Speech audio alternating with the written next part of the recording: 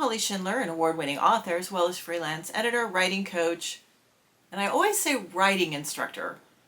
But over time that writing part started to feel just a little too narrow, kind of like the old pair of jeans that are now a size too small. I mean, here's the thing, right? It's the farther along I get in my career, the more I think that storytelling is just a basic human need. Like, I think it needs to be on Maslow's hierarchy.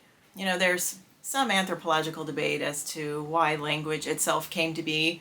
And I'm on the side that thinks that absolutely it came into being in order to tell stories. I mean, back then it wasn't, once upon a time, it was, let me tell you about this great hunt on the other side of that cave, or why you shouldn't eat those berries, but stories. And regardless of, what you think about why language actually came into being, there is no debate about the fact that storytelling became a part of language very, very early on.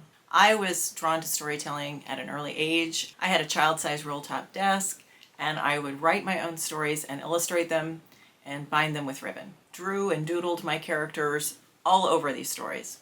In the last few years, I've started work as both an editor and a writing coach, and those things have introduced me to all sorts of new worlds in which stories need to be told. Lately, I've been hearing from all sorts of people I never would have expected. Game masters for tabletop role-playing games who need to introduce their characters better, or documentary filmmakers who need to tighten a script. True crime podcasters who just can't hook an audience, that feel like, they're not setting the stage or really digging into stakes or character motivation in a way that makes their audience care. Visual artists tell stories too, right? Obviously, comic and graphic novel artists tell stories, but so do fine artists. I've heard from all sorts of visual artists who tell me they have a perfectly easy time painting something that looks realistic. They have a really hard time telling a story with it. Small businesses tell stories, right? They need to tell the story of who they are. They need to tell their founder story, make their customers care about their product. The more people I talk to, the more I realized we are all wrestling with the same storytelling problems.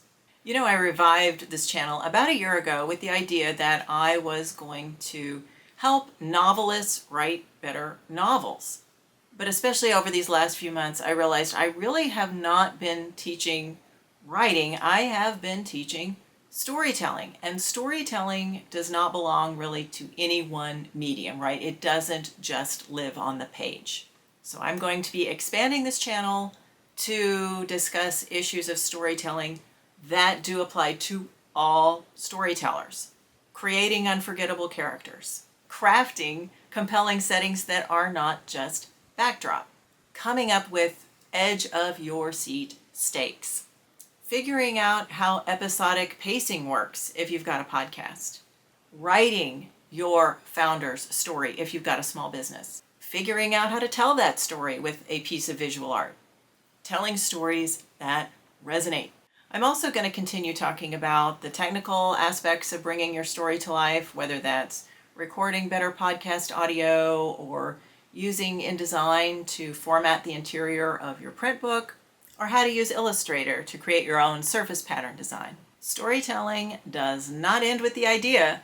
It continues through every decision you make to bring your story into the world, whether that's choosing the right word, recording better audio, designing a better book, editing your documentary, creating a memorable game session, building a brand that people believe in. These are all acts of storytelling. So I think from here on out, I'll introduce myself as author, editor, storytelling instructor, maybe creative educator. I'll work on it. Catch you in the next video, guys.